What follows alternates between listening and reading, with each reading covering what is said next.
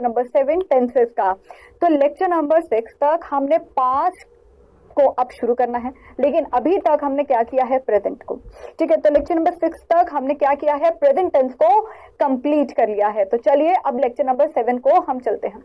ठीक है, तो लेक्चर नंबर 7 में हम पास्ट टेंस को करेंगे और यह हमारा क्या है, इंडेक्स। इंडेक्स में इनडेफिनिट टेंस को करेंगे, प्रैक्टिस क्वेश्चंस करेंगे और नॉलेज टेस्ट को करेंगे। ठीक है, अब आपने देखा कि टेंसेस होते हैं प्रेजेंट। ठीक है, आपने देखा था कि प्रेजेंट होते हैं, पास्ट होते हैं और फ्यूचर होता है। तो हमने क्या कर लिया है, प्रेजेंट के हर प्रकार के टेंसेस को कर लिया है। अब हम करेंगे पास्ट टेंस को। ठीक है, तो पास्ट के भी 4 प्रकार के टेंसेस होते हैं, मतलब कि ये जो होते हैं ये वर्क पर डिपेंड होते हैं। एक इंडेफिनिट जो अनिश्चित कार्य है। ठीक है, पास्ट में कोई कार्य हुआ वो निरंतर था, पास्ट में जो कार्य हुआ था वो बिल्कुल निश्चित हुआ, पास्ट में जो कार्य हुआ था वो काफी समय से चल रहा था। ठीक है, तो इनडेफिनेट टेंस पे आज की हमारी चर्चा है। तो अगर इनडेफिनेट को बहुत ही ज्यादा डेप्थ में समझ लिया तो हमारा हर जो टेंस है उसमें हमारे को देरी नहीं लगती है ना। हमारे को सबसे पहले इनडेफिनेट टेंस को समझना होता है। तो चलिए शुरू करते हैं। पास्ट इनडेफिनेट टेंस, मैंने कहा कोई कार्य हुआ, कोई कार्य हुआ था। ठीक है, लेकिन भूतकाल में, कोई कार्य हुआ था भूतकाल में, कार्य हुआ था भूतकाल में, मतलब कि हुआ था। लेकिन ये जो कार्य हुआ था, ये जो कार्य है ये निश्चित नहीं है, ये निश्चित कार्य हुआ था या नहीं पता नहीं। मैंने कहा कोई कार्य हुआ था, मैंने क्या बोला कि कोई कार्य हुआ था, मैंने बोल दिया आपको। ठीक है, मैं यहां पर हूं, मैंने आपको बोल दिया कि कार्य कोई हुआ था। अब निश्चित कार्य हुआ था या नहीं हमें नहीं पता है, हमें नहीं पता है। तो इसके अंत में अगर आप देखोगे, अंत में वाक्य के, मैं क्या कह रही हूं, अंत में वाक्य के क्या आएगा, ता था। क्या आएगा, ता था, ती थी, ती ती, ते थे, ते थे। ठीक है, साथ में या, ये आ सकता है, ये। ठीक है, ये, आ, ई। ठीक है, आदि शब्द आते हैं।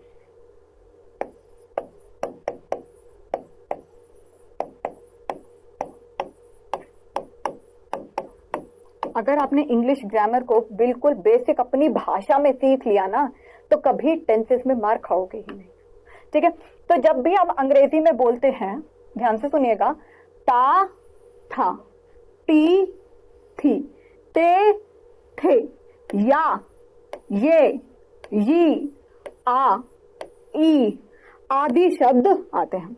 जब मैंने आपको कहा लड़के मैदान में खेल रहे थे, ठीक है, याद था, ती थी, मतलब लास्ट में था, थे आएगा अल्टीमेटली। ठीक है, या तो ये याद यहां आ सकता है, या था, ती थी, ते थे। ठीक है, या, ये, आ, ई आदि शब्द आते हैं।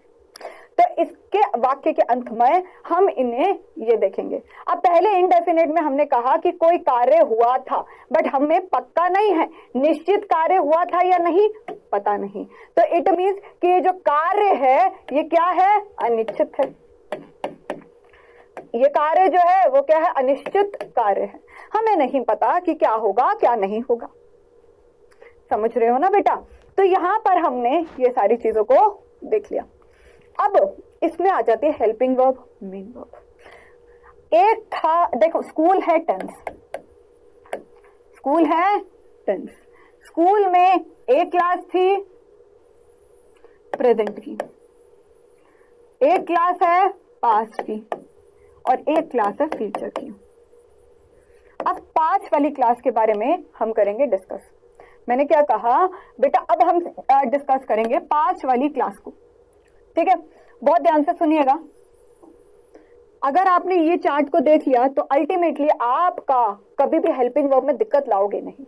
तो हमने प्रेजेंट की चर्चा कर ली, अब हम पास्ट वाली क्लास की बात कर रहे हैं। अब मैंने कहा कि इस क्लास में भी 3 प्रकार के बच्चे हैं, पहला, दूसरा और तीसरा।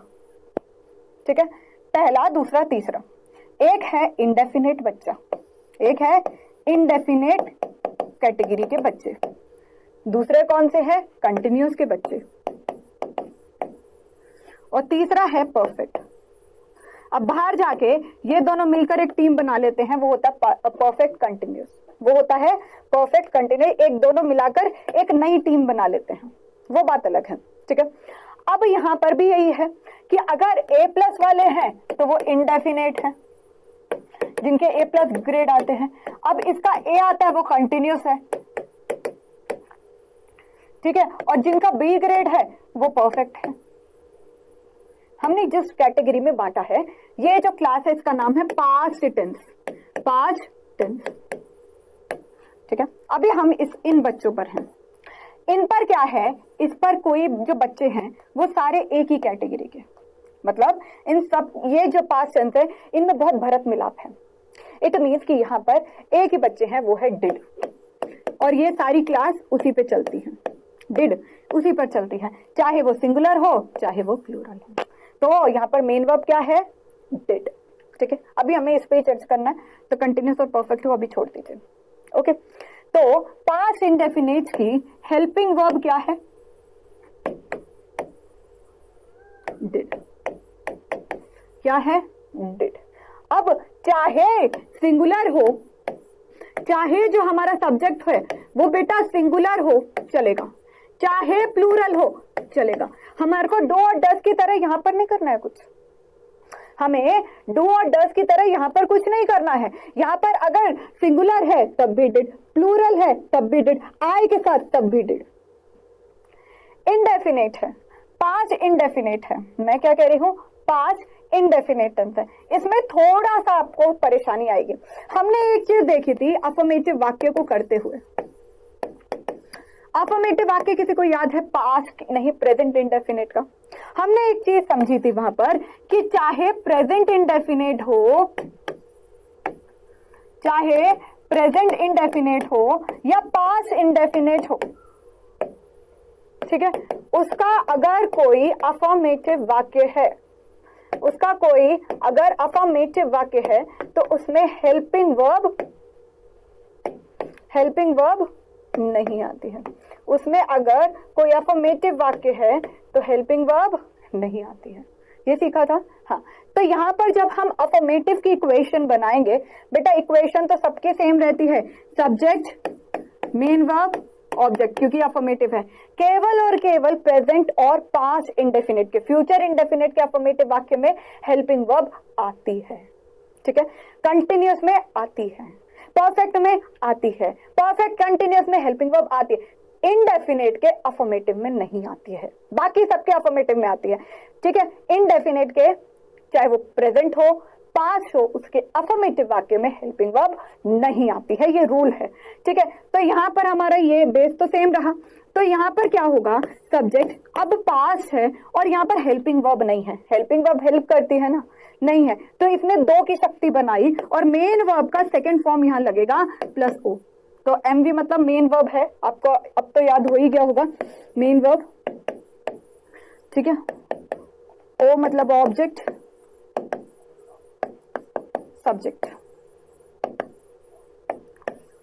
ठीक है, तो ये हमारी इक्वेशन है। अब एग्जाम्पल करें, अब एग्जाम्पल करते हैं। देखिए, सबसे पहले अफर्मेटिव का एक वाक्य लिखे। तो मैंने यहां पर बोला अफर्मेटिव की इक्वेशन क्या है? सब्जेक्ट प्लस मेन वर्ब का second form plus object. Question देखिए, यहां पर पहला प्रश्न लिखे मेरे साथ। ठीक है, मैंने कहा लड़के मैदान में खेलते थे। लड़के मैदान में खेलते थे, तो यहां पर थे तात है, ये आएगा। तो यहाँ से आपको क्या पता चल जाएगा, अच्छा भाई ये तो अफर्मेटिव वाक्य है, ठीक है। तो आपने क्या बोला, बॉयज, ओके, प्ले लिख दूं, नहीं, क्या बोलूंगी, बॉयज, यहां पर क्या लिखोगे, यहां पर लिखोगे बॉयज प्लेड, ये क्या है, मेन वर्ब का second form, play, played, playing, ठीक है, ओके। तो यहाँ पर boys played in the garden, in the garden, मैदान को क्या बोल सकते हो, ग्राउंड, तो गार्डन तो पार्क हो गया ना, तो यहाँ पर इन द ग्राउंड। तो ये हमारा क्या हुआ, ये हमारा सब्जेक्ट हो गया, ये हमारा मेन वर्ब का सेकंड फॉर्म हो गया, ये हमारा ऑब्जेक्ट हो गया, ठीक है। क्वेश्चन 2 लिख लीजिए, क्वेश्चन 2। अब क्वेश्चन 2 में देखिए, आई लिखिए, यहां पर अगर मैं कहूं, क्या बोलूंगी, मैं स्कूल में पढ़ता, मैं स्कूल में पढ़ता था, तो इसमें क्या लिखोगे, सोचो सोचो, I studied in the school, in the school, तो ये क्या है, आई सब्जेक्ट, मेन वर्ब का second form, in the school object, ठीक है। क्वेश्चन नंबर 3 देखिए, क्वेश्चन नंबर 3 यहां पर देखिए। अब इसमें और चीजें देख लेते हैं। अगर मैंने बोला कि फॉर एग्जाम्पल लाइक राधा ने गाना गाया, या, तो हमने यहाँ पर देखा था बेटा, एक चीज ध्यान से देखिए, या, ये चीज देखी थी, या, ये, ही, आ, ठीक है, ये भी आता है पास्ट इंडेफिनिट के। तो अगर मैंने यहां पर बोला कि राधा ने गाना गाया, तो क्या बोलोगे, पहली बात तो सब्जेक्ट ढूंढो, यहां पर सब्जेक्ट हमारा क्या है, राधा, राधा ने गाना गाया, तो क्या बोलोगे, सिंग, सैंग, सिंगिंग, तो राधा सैंग अ सॉन्ग, एक गाना गाया होगा ना, ठीक है, एक गाना गाया होगा ना, राधा सिंग अ सॉन्ग। तो यहां पर अगर आप देखोगे, ये सब्जेक्ट हो गया, ये मेन वर्ब का सेकंड फॉर्म हो गया, और ये ऑब्जेक्ट हो गया, समझे। अब अगर मैं एक लास्ट क्वेश्चन दे दूं, इसका 4th पार्ट, सपोज मैंने आपको कहा बिल्ली ने बच्चे को जन्म दिया, बिल्ली ने बच्चे को जन्म दिया, बिल्ली ने बच्चे को जन्म दिया, क्या बोला मैंने, बिल्ली ने बच्चे को जन्म दिया, तो कैसे बोलोगे, एक बिल्ली है, विशेष बिल्ली है, हाँ, तो यहाँ पर बिल्ली है, तो हम सबसे पहले एक विशेष बिल्ली, हम सबके बारे में बात नहीं कर रहे हैं, हम एक बिल्ली के बारे में बात कर रहे हैं, तो हम सबसे पहले लिखेंगे द कैट। द क्यों लगाया, क्योंकि एक विशेष बिल्ली है, ठीक है, जिसके बारे में हम बात कर रहे हैं। तो मैंने कहा द कैट, द कैट। अब देना, गिव, गेव, सेकेंड फॉर्म आ गया, तो द कैट गेव, ओके। आगे क्या बोलोगे, आगे बोलोगे बर्थ, जन्म देना मतलब birth to a child, give birth to a child, subject main verb का second form, birth to a child, object, ठीक है, क्लियर हुआ। तो ये था हमारा पास्ट इंडेफिनिट के अफर्मेटिव वाक्य। अब पास्ट इंडेफिनिट के हम करेंगे नेगेटिव वाक्य, ठीक है, नेगेटिव वाक्य। अब कैसे कर सकते हैं हम नेगेटिव, चलो देखते हैं। नेगेटिव में एक बात सीखी थी आपने, नेगेटिव की एक सबसे बड़ी बात क्या है, बताइए, नेगेटिव की सबसे बड़ी बात क्या है। नेगेटिव की बात है कि यहां पर पहले आपने सब्जेक्ट लगाया, हेल्पिंग वर्ब लगाई, मेन वर्ब का फर्स्ट फॉर्म, मेन वर्ब लगाया जो भी था, और ऑब्जेक्ट लगाया, गलत। अगर ये सोच रहे हो तो गलत है, क्यों, क्योंकि नेगेटिव है, तो यहां पर हम क्या लगाएंगे, नॉट, मेन वर्ब का जो भी फॉर्म है अभी नहीं डिस्कस किया हमने, प्लस ऑब्जेक्ट। अन्य शब्द है तो वो आगे आते हैं, तो हम ये कर लेते हैं, ठीक है। अब ये 5 इंडेफिनेट का मेन वर्ब है, नेगेटिव वर्ब है, तो हम इसे कैसे करेंगे? अगर ये 5 इंडेफिनेट का है तो हम इसकी इक्वेशन को थोड़ा सा चेंज कर देंगे। क्या कर देंगे? थोड़ा सा चेंज कर देंगे। कैसे? सब्जेक्ट, ठीक है, हेल्पिंग वर्ब क्या है? डिड, आगे नॉट, मेन वर्ब का first form plus object. Ma'am ये कहां से आया? ये कहां से आया? मेन वर्ब का फर्स्ट फॉर्म कहां से आया? एक अगर आपने हेल्पिंग वर्ब लगा ही दी तो यहां पर 5 में क्यों लिखाना है? हेल्पिंग वर्ब डबल करती है ना काम को। अगर इसका हेल्पिंग वर्ब है ही तो इसको क्यों पावर देनी है? यहाँ पर मेन वर्ब का फर्स्ट फॉर्म ही आता है। अगर हेल्पिंग वर्ब ना दी होती तो टू ट्रू आता है, ठीक है। हेल्पिंग वर्ब का काम है, सहायक सहायता दे रही है, तो वो डबल पावर क्यों करे, है ना। तो अब यहाँ पर मेन वर्ब का फर्स्ट फॉर्म आता है, यही इंपॉर्टेंट है।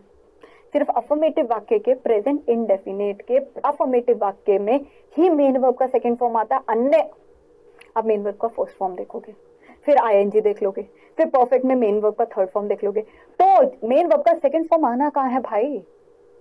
अफर्मेटिव। आना कहाँ है? अफर्मेटिव में। इंटरोगेटिव में आएगा? नहीं आएगा।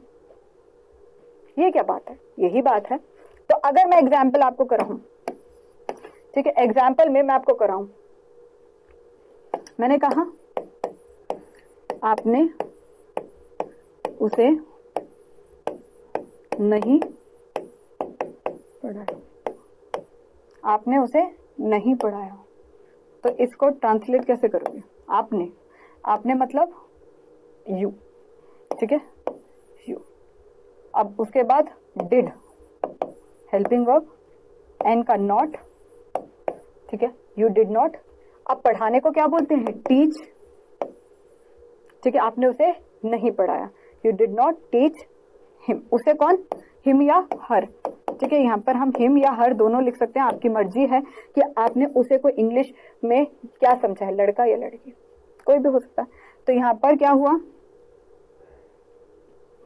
सब्जेक्ट, ये हेल्पिंग वर्ब, ये नॉट क्योंकि नहीं लिखा हुआ है, ठीक है, ये मेन वर्ब का फर्स्ट फॉर्म, और ये उसे मतलब कि ये हमारा ऑब्जेक्ट है, ये हमारा ऑब्जेक्ट है।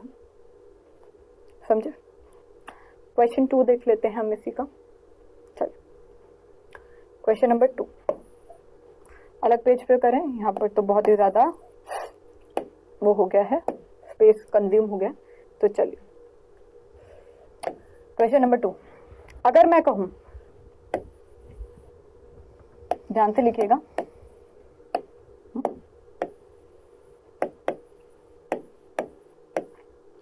पुलिस, देखिए पुलिस ने उसे गिरफ्तार, पुलिस ने उसे गिरफ्तार नहीं किया।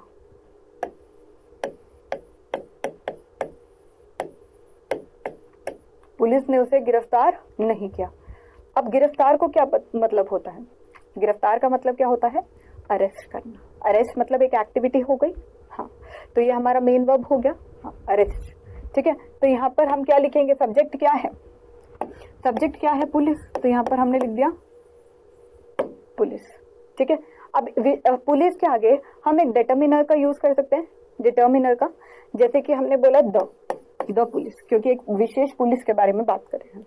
द पुलिस उसे नहीं किया, किया मतलब किया, पास में है, ठीक है। हेल्पिंग वर्ब क्या आई?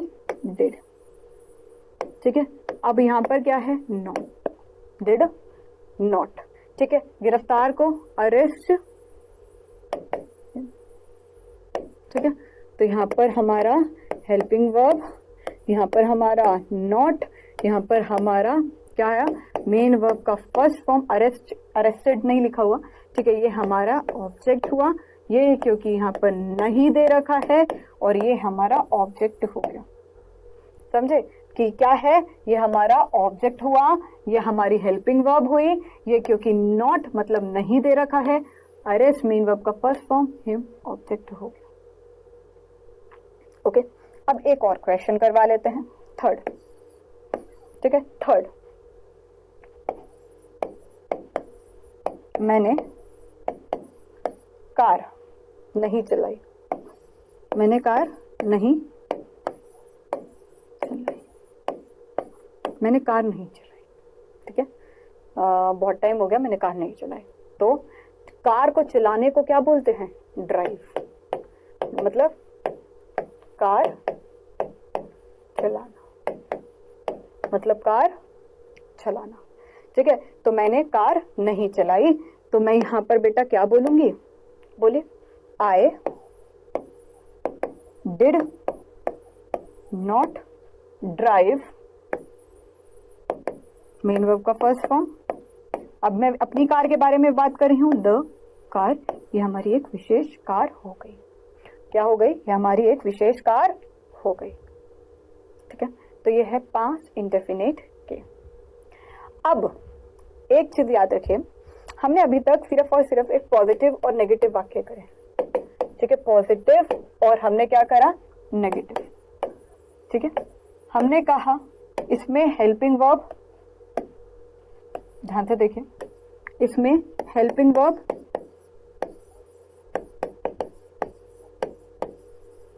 नहीं लगेगी। ठीक है, इसमें हेल्पिंग वर्ब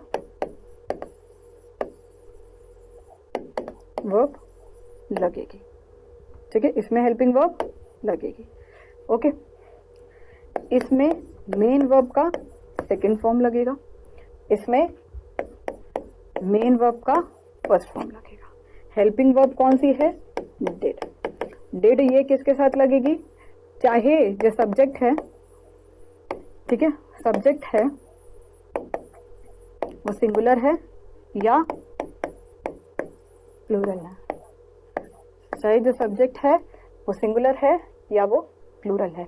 तो ये हमारा फॉर्म क्या रहेगा इसका? सब्जेक्ट प्लस मेन वर्ब का सेकेंड फॉर्म, ठीक है, प्लस ऑब्जेक्ट, फुल स्टॉप। अब इसमें क्या इक्वेशन में रहेगा? Subject plus did plus not plus main verb का फर्स्ट फॉर्म प्लस ऑब्जेक्ट। ठीक है, तो यहां पर ये चीज हो जाएगी हमारी क्लियर। ठीक है, तो ये पॉजिटिव और नेगेटिव में डिफरेंस है। क्या है? ये पॉजिटिव और नेगेटिव में डिफरेंस है। आइए और प्रैक्टिस करते हैं इसकी। क्या कह रही हूं? अब हम इसकी और प्रैक्टिस करते हैं। ठीक है, अब देखिए, इस टेंस के वाक्यों में काम का करना या होना भूतकाल में पाया जाता है। इन वाक्यों के अंत में आ, या, ई, ये, यो, ता, था, ते, थे, ती, थी आते हैं, और अन्य आदि भी लिख दो यहाँ पर, आदि आते हैं, जो मैंने आपको लिखवा दिया आदि। तो ठीक है, अब इसके रूल्स हम एक बार रीड कर लेते हैं, क्योंकि मैंने आपको लिखवा दिए हैं। ऑलमोस्ट आपको पूरा पास्ट इंडेफिनिट के अफर्मेटिव और नेगेटिव वाक्य हमने कर लिए हैं, बट स्टिल हम प्रैक्टिस जरूर करेंगे। और ठीक है, आप प्रैक्टिस स्टार्ट करते हैं। रूल 1, एक वचन तथा बहुवचन दोनों में ही सब्जेक्ट के साथ वर्ब की सेकंड फॉर्म आती है, एक वचन हो बहुवचन हो। अब आपने एक चीज यहाँ पर देखी क्या मैम? यहाँ पर मेन वर्ब का सेकंड फॉर्म ही आ रहा है, बॉयज सेकंड फॉर्म, मैं सेकंड फॉर्म। तो यहाँ पर ये चीज तो बड़ी इंपॉर्टेंट थी जो हमने लिखी नहीं। ठीक है, तो यहाँ पर हमने कहा मेन वर्ब का सेकंड फॉर्म, वेदर, चाहे सब्जेक्ट सिंगुलर है चाहे प्लूरल है। मैं मेन वर्ब का तो वैसे भी नहीं बदलता। अगर यहाँ पर मेन वर्ब का फर्स्ट फॉर्म देखो, सिंगुलर के साथ भी तो वही रहता है, प्लूरल के साथ भी तो वही रहता है, बट यहाँ पर हेल्पिंग वर्ब है ना बेटा, दैट इज वाई इसको मेंशन करना जरूरी है। ठीक है, सब्जेक्ट में विभिन्न विभिन्न नंबर के साथ वर्ब की कोई परिवर्तन नहीं होता, करता चाहे जैसा भी हो, लेकिन वर्ब में कोई परिवर्तन नहीं होता, वर्ब की सेकंड फॉर्म ही लगती है। ठीक है, तो सब्जेक्ट वर्ब की second form plus object plus dot dot क्यों लिख रखा है? अगर कोई अन्य शब्द है तो उसके बाद आते हैं तो ये अदर वर्ड्स हो गए। ठीक है, तो अल्टीमेटली यहाँ तक खत्म हो जाता है, बाकी अन्य वर्ड्स हैं तो जोड़ लीजिए, प्रेपोजिशन इसके बीच में ही आता है जो जोड़ता है शब्दों को। अब एग्जाम्पल देखो, मेरा भाई इंश्योरेंस कंपनी में काम करता था। मेरा भाई, माय ब्रदर, माई का मतलब क्या है? मेरा, ठीक है। था करता था, अब नहीं करता था, तो इट मीन्स मेरा भाई करता था। ये हेल्पिंग वर्ब आएगा नहीं, क्यों? क्योंकि ये सारे अफर्मेटिव वाक्य हैं, ठीक है। हेल्पिंग वर्ब नहीं आएगा। मेन वर्ब का सेकंड फॉर्म, काम करता था। काम करता था मतलब काम करना मतलब वर्क, सेकंड फॉर्म क्या आया? वर्कड आ गया, है ना। तो my brother worked at insurance company. At insurance company मतलब इंश्योरेंस कंपनी में, इन मतलब इंश्योरेंस कंपनी में, लेकिन इंश्योरेंस कंपनी छोटी जगह है, ठीक है, तो एट का यूज करेंगे। मैंने कहा आ आया ना साउंड, जैसे मैंने कहा था आ की साउंड भी आएगी। मैंने कहा, आई सेड। उसने सोचा, चा आ, ठीक है। She thought. उसने मुझे देखा। देखने को क्या कहते हैं? लुक। मेन वर्ब का सेकंड फॉर्म लुक्ड, तो शी लुक्ड एट। तो ये सारे अफर्मेटिव वाक्य के ही थे, ठीक है। चल आगे देखते हैं। उसने कल मुझे एक कलम दिया। दिया है, दे रहा नहीं है, ये भी अफर्मेटिव है। तो ये क्या है? Present indefinite affirmative. तो सब्जेक्ट प्लस मेन वर्ब का सेकंड फॉर्म प्लस ऑब्जेक्ट, ठीक है। अब ही मतलब उसने, गेव मेन वर्ब का second form, he gave me object a pen yesterday. अब यहाँ पर दो ऑब्जेक्ट है। He gave a pen to me yesterday. हम इस वाक्य को क्या ये लिख सकते हैं? He gave a pen to me yesterday, ऐसे भी लिखा जा सकता है। He gave a pen to me yesterday, कोई गलती नहीं है। उसने दिया एक पेन मुझे कल, या उसने मुझे कल एक कलम दिया, बात ही की, तो आप ये भी लिख सकते हो। तो he gave me a pen yesterday, तो ये ऑब्जेक्ट है। कोई भी इंटरचेंज अगर जिसकी ज्यादा सेंस बन रही हो अंग्रेजी में वो लिख दीजिए। मैं इस घर में रहता था। I lived in this house. In this house मतलब इस घर में, तो ये ऑब्जेक्ट है। दिस क्या है? ये सारे क्वालिफायर हैं, ठीक है। प्रेपोजिशन हो गया दिस हाउस, ये है घर। Adjective, this is adjective in is preposition, right. तो यहाँ पर आई क्या है बेटा? ये सब्जेक्ट हो गया। लिव्ड क्या है? हमारा मेन वर्ब का सेकंड फॉर्म हो गया। मोहन कल अपने पिता को देखने दिल्ली गया। मोहन अपने पिता को देखने दिल्ली गया। Mohan went to Delhi to see his father yesterday, ठीक है। मोहन वेंट टू दिल्ली, मोहन गया दिल्ली में to see his father yesterday, ठीक है। मोहन वेंट टू दिल्ली, अब वेंट क्या है? गो, वेंट, ठीक है, गॉन। तो ये मेन वर्ब का सेकंड फॉर्म, ये सब्जेक्ट हो गया। To Delhi object, to his father अपने पिता को देखने कल, ठीक है। हमने अपना पाठ याद किया। हमने मतलब वी। याद करने को क्या कहते हैं? लर्न का सेकंड फॉर्म क्या होता है? लर्नड, ठीक है। आर लेसन, हमारे पाठों को। तो ये हमारा फोर्थ एग्जाम्पल हो गया। अब हम नेगेटिव सेंटेंस को भी एक बार ही देख लेते हैं, राइट। तो नेगेटिव सेंटेंस में प्रत्येक कर्ता सब्जेक्ट के बाद डिड नॉट लगाकर वर्ब का की फर्स्ट फॉर्म को लगाता है, ठीक है। यदि वाक्य में कभी नहीं आया तो नेवर का प्रयोग करते हैं। नेवर के साथ डिड नॉट नहीं लगता। वेरी वेरी इंपॉर्टेंट, क्योंकि नेगेटिव वाला नेवर वाला क्वेश्चन मैंने अभी तक नहीं कराया, तो मैं इस पर बहुत ध्यान देना चाहूंगी। रूल 2 पर ये वाला अभी आप इस पे स्टार मार्क करिए, क्योंकि अभी हम इसको चर्चा में लाते हैं। यदि अगर वाक्य में कभी नहीं आया हो तो नेवर का प्रयोग करते हैं, आई नेवर के साथ। और यहाँ पर क्या है? अगर आपने नेवर लिखा दिया कभी नहीं, तो डिड नॉट नहीं लगता है, ठीक है। केवल सेकंड फॉर्म वर्ब लगता है। मैंने अभी आपको क्या बोला? नेगेटिव में वर्ब का फर्स्ट फॉर्म लगता है, नेगेटिव में वर्ब का सेकंड फॉर्म कब लगेगा, ये हमारी चर्चा। बेस समझ में आ गया है ना। अगर डिड लगा रखा है हेल्पिंग वर्ब, तो मेन वर्ब का फर्स्ट फॉर्म लगाएंगे। लेकिन अब आपको यहाँ पर ये चीज समझ में आई ना कि मैं क्या कहना चाह रही हूँ, कि मेन वर्ब का सेकंड फॉर्म नेगेटिव में कब लगाना है? जब नेवर लिखा हो। अब बेस वाला क्लियर हो गया। अब ये पॉइंट पर हम डिस्कस करेंगे, ठीक है। सब्जेक्ट डिड नॉट, वर्ब का फर्स्ट फॉर्म, ऑब्जेक्ट अन्य शब्द है, तो ये अब ये देखिए एग्जाम्पल, वह कल हॉकी नहीं खेला, he did not play hockey yesterday. अब यहाँ पर ये देखिए ना कि यहाँ पर मैंने सब्जेक्ट लगाया, सब्जेक्ट के आगे ये हमारी हेल्पिंग वर्ब हो गई, नॉट क्यों, क्योंकि नहीं लगा रखा है, ठीक है। प्ले मेन वर्ब का फर्स्ट फॉर्म हो गया, हॉकी हमारा ऑब्जेक्ट हो गया, येस्टरडे हमारा अदर वर्ड हो गया। तो ये हमारे नेगेटिव सेंटेंस है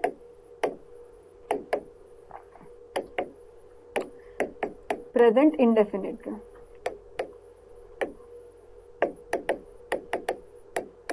ठीक है, अब देखो, लड़कों ने अपना पाठ याद नहीं किया, द बॉयज डिड नॉट, ये हेल्पिंग वर्ब हो गया, नॉट, ठीक है, ये क्योंकि नहीं का प्रयोग कर रखा है।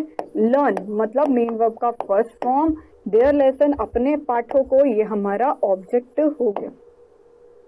ठीक है, मैं कभी देर से नहीं आया, आया, आए, यहाँ पर ये स्टार मार्क करो, मैं कभी देर से नहीं आया, आई नेवर केम लेट। अब यहाँ पर जब कभी कभी नहीं आया तो कभी नहीं को हम नेवर का यूज करेंगे, और नेवर आया तो डिड नॉट नहीं लगेगा। अगर डिड नॉट नहीं लगेगा तो यहाँ पर अल्टीमेटली मेन वर्ब का सेकंड फॉर्म लगेगा, मैं कभी देर से नहीं आया। तो मैंने क्या बोला, I never came late, I never came late, तो आई नेवर केम लेट। अब देखिए कभी नहीं को डिड नॉट बनाया, ठीक है, केम मेन वर्ब का सेकंड फॉर्म आया कम का, लेट, तो आई नेवर केम लेट। ठीक है, तो यहाँ पर और थोड़े एग्जाम्पल हैं, इसे कर लेते हैं, फिर छोटा सा टॉपिक है आज का, इसे प्रैक्टिस करिएगा बहुत ज्यादा, तभी हम इंटरोगेटिव पर भी चलेंगे। ठीक है, तो ये बेस वाले जो लेक्चर होता है हर टेंस का, उसे बहुत ध्यान से करना होता है, चाहे वो छोटा बनो। ठीक है, मायावती ने इलेक्शन नहीं लड़ा, मायावती थी, उसने इलेक्शन ही नहीं लड़ा, तो मायावती क्या है, सिंगुलर है, जब प्लूरल होती तो आता तो डिड ही, नहीं करा तो नॉट। ठीक है, इलेक्शन लड़ा को कहते हैं कॉन्टेस्ट द इलेक्शन। ठीक है, Mayawati did not contest the election. Question number 2 देखिए, आज पिताजी ऑफिस नहीं गए, आज पिताजी ऑफिस नहीं गए, तो पिताजी हैं टू आज, मतलब जब भी आज आए ना तो टुडे लिख दो पहले, the father did not go to office today. अब अगर आपको टुडे अदर वर्ड को पहले लगा सकते हो और सेंस बन रही है तो कोई प्रॉब्लम नहीं है, the father did not go to office today, वो भी गलत नहीं है अगर लास्ट में फूल के साथ चलेंगे, लेकिन आज बोल रखा है तो अभी से आज ही पहली लगा दो, इसमें क्या दिक्कत है। टुडे द फादर सब्जेक्ट, ठीक है, डिड नॉट मेन वर्ब का first form, not main verb का, सॉरी ये हमारा आया था हेल्पिंग वर्ब, मैंने मेन वर्ब लिख दिया, मेन वर्ब का फर्स्ट फॉर्म ऑब्जेक्ट, आज पिताजी, तो ये क्या है, टुडे हमारे यहाँ पर क्वालिफायर का काम कर रहा है। ठीक है, आज पिताजी, मैं इस तालाब में नहीं नहाता था, I did not take bath in this pond, तो पॉन्ड क्या है, तालाब, डिड आया तो हमने यहाँ पर टेक का मेन वर्ब का फर्स्ट फॉर्म लगाया, बाथ इन दिस पॉन्ड। ठीक है, तो ये था हमारा छोटा सा टॉपिक जो आपको मैं बार बार कह रही हूँ कि पहले आप कर लीजिए इसे, ठीक है, तभी हम आगे का लेक्चर को प्रोसीड करेंगे। तो चलिए क्विज खेल लेते हैं। क्विज नंबर 1, क्वेश्चन नंबर 1 आपकी स्क्रीन पर, सीता ने मधुर गाना नहीं गाया।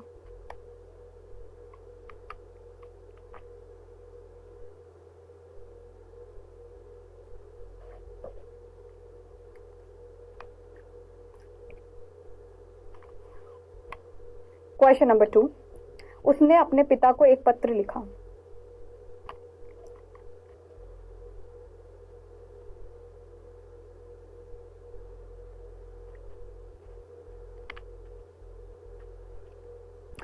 क्वेश्चन नंबर 3, तुम स्कूल नहीं गए।